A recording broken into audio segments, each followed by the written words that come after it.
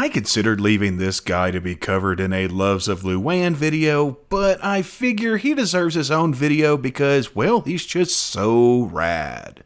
You're welcome. The name is Rad Thibodeaux. Here's my card, so you know I'm for real. Radical concepts. That sounds exciting. Well, only if you think the fast-paced, celebrity-filled life of a concert promoter is exciting. Hey folks, welcome to Squirrel Tactics. Like, subscribe, check out the Patreon, let's do this. Rad Thibodeaux, real name unknown, but probably something like Brad Smith or Aaron Johnson. I figured that considering how he chooses to mispronounce his last name. Hey there, partner, name's Rad Thibodeaux. Pleased to meet you. Here you go, businessman to businessman. Isn't that pronounced Thibodeaux? Well, sometimes by mistake, but no damage done. Yeah, my grandmother was a Boudreaux, and it kills a small piece of the coon-ass in me every time he says that wrong. Voiced by and seemingly his appearance modeled after Fairweather Texan Matthew McConaughey, Rad seems to be very much based on McConaughey's Wooderson character from Dazed and Confused. Probably best known for these two gems. Alright. That's what I love about these high school girls, man. I get older, they stay the same age. Yes, they do. Yes, they do. Yeah, don't worry, him saying that was considered messed up back when the movie came out too. Now, Rad was a tad bit full of himself. I mean, his vanity license plate said "So Rad." And let's not forget about his email address. All you gotta do is tell him that SoRad@AOL.com sent you.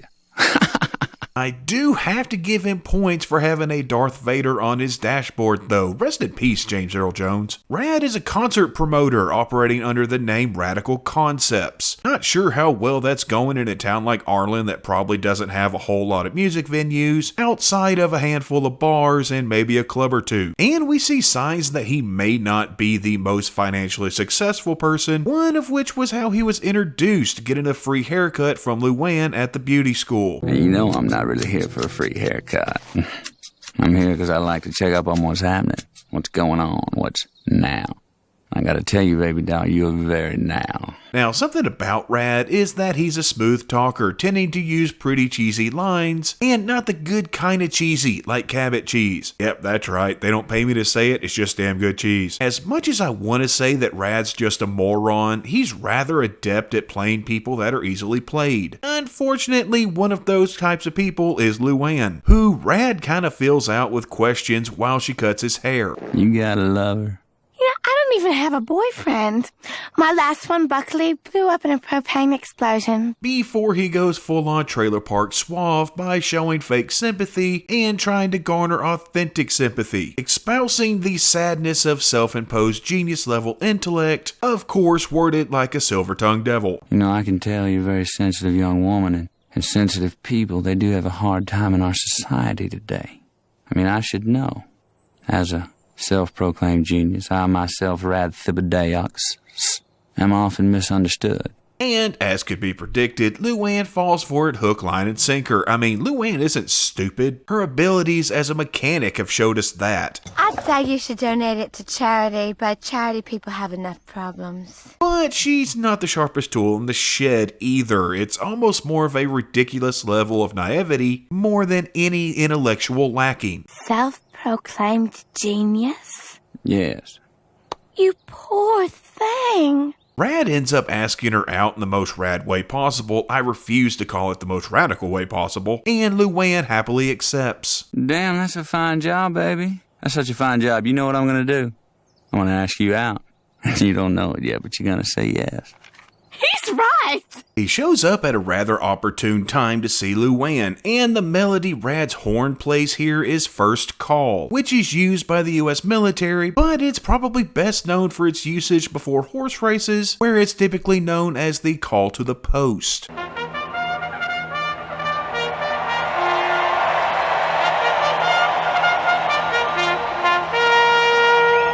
Also, yeah, you gotta love Bobby here. Hey, good looking. Hey, Bobby, this is my new friend, Rad. That's what his license plate says. So Bobby for some reason joins Rad and Luann, and as they're driving, Rad talks about the entertainment industry, and seeing as Bobby is completely and utterly enamored with that industry as well as pop culture as a whole, which kind of makes sense considering his dream of being a prop comic. Rad, what do you mean by the industry? The entertainment industry. Whoa! There you go. But I gotta say, my red flag detector starts ticking off pretty bad when Rad talks about keeping your word, which itself is good advice, but only because not doing so ends the flow of free stuff. And no, that's not the reason to keep your word, it's more of an honor thing. Rad's mentality of feigning morality in order to keep the biscuit wheels from falling off the gravy train is very much fitting of a con man. And keep in mind that the con in con man is short for confidence, and confidence is something that Rad projects in spades. Man is only as good as his word, so keep it. Nobody's gonna know that you are a man who keeps his word. You break it, oh God. Man, I'm telling you, the freebies, they dry up like a puddle in the sun. Whoa. They end up back at the house where Rad and Hank meet, with Rad offering a gift, I use gift in quotation marks here, that a lot of folks nowadays may be left scratching their heads about, seeing as this was back when going online was done through the phone line, and rather than pay monthly for internet access, you paid for time online through ISPs like America Online or AOL. Now, Luann has told me about you, so I know you're gonna love these free CDs. AOL? Mm-hmm. And guess what?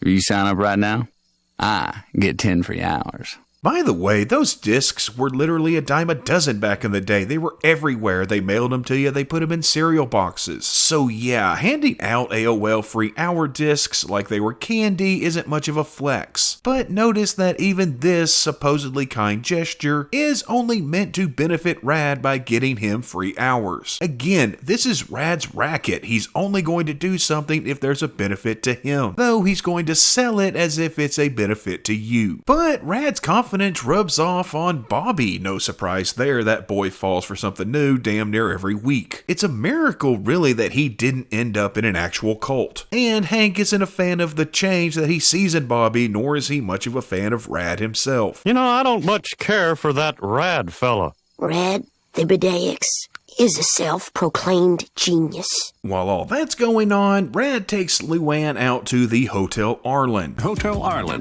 We're not that kind of hotel anymore. Which has put its less than reputable days behind it. Hank, you won the big game.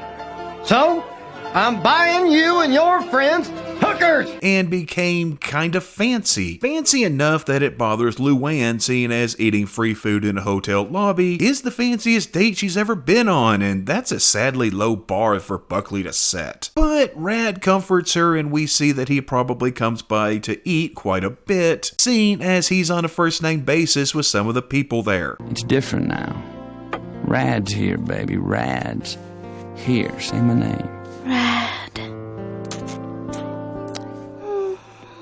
Say, hey, Jay, got it going on? Also, I know it's not Debbie, but this lady right here just reminds me a lot of Debbie. And yeah, this episode took place while she was still alive. Anywho, Rad takes Luann out again, this time to make out while sitting on a fountain at what looks to be a veterans memorial. Still hasn't spent any money. First date was walking around, where he didn't even give any money to the musicians they stopped to watch. Then free food from the hotel, and now this. Bobby again tagged along, and we see him getting jealous for Rad's attention. And for probably the only time here, I'm actually gonna agree with Rad. I get that Bobby is a kid and he wants attention, but dude, seriously, he's a little busy. Rad, I was speaking to you. Bobby, listen, I know you want my attention, and that's nothing I can't handle, but at the moment, I am busy with the lady. Bobby lets it slip that he's been watching Boomhauer's house. I guess I should probably mention that Boomhauer went out of town to meet up with some lady he met on the internet. This was back when that was an odd thing to happen, and Hank had successfully lobbied for Bobby to be the one to watch over his house instead of Bill, which yeah, Bill wasn't very happy about that. So if we could have the keys?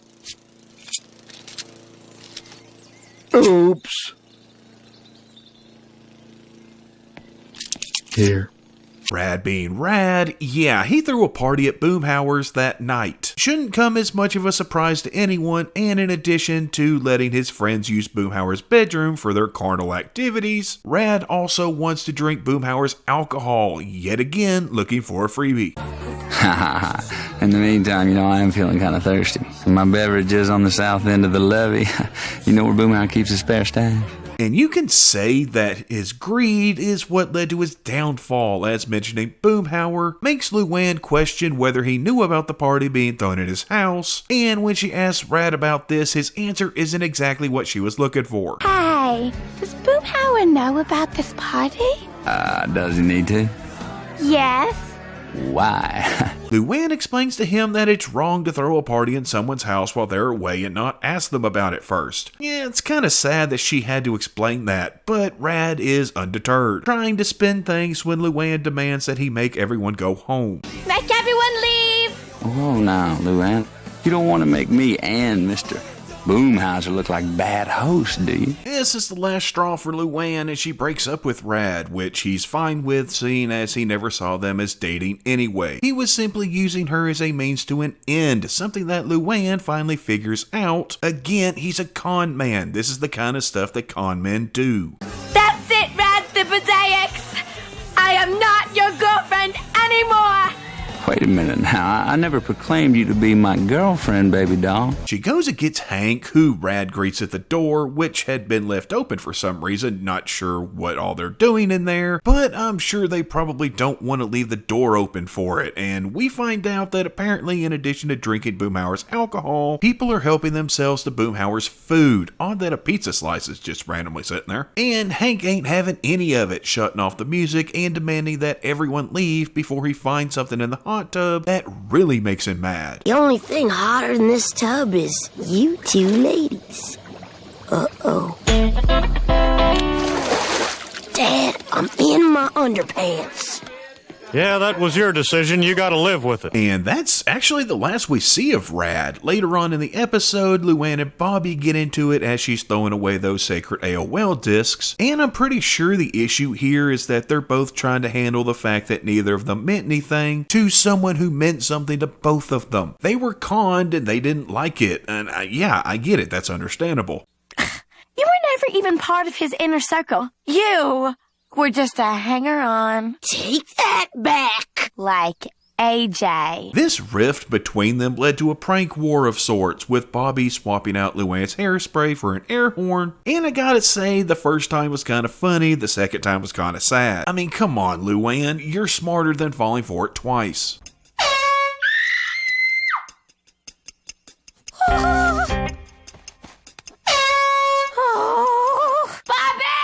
She then retaliates by putting dirt in one of Bobby's fruit pies, which I partially blame Bobby here, because there's no way he didn't notice that the package was already open. And if he did, but didn't check the contents before just digging in, yeah, that's his fault. We just saw you spit dirt all over. Why would I put dirt in my own fruit pie?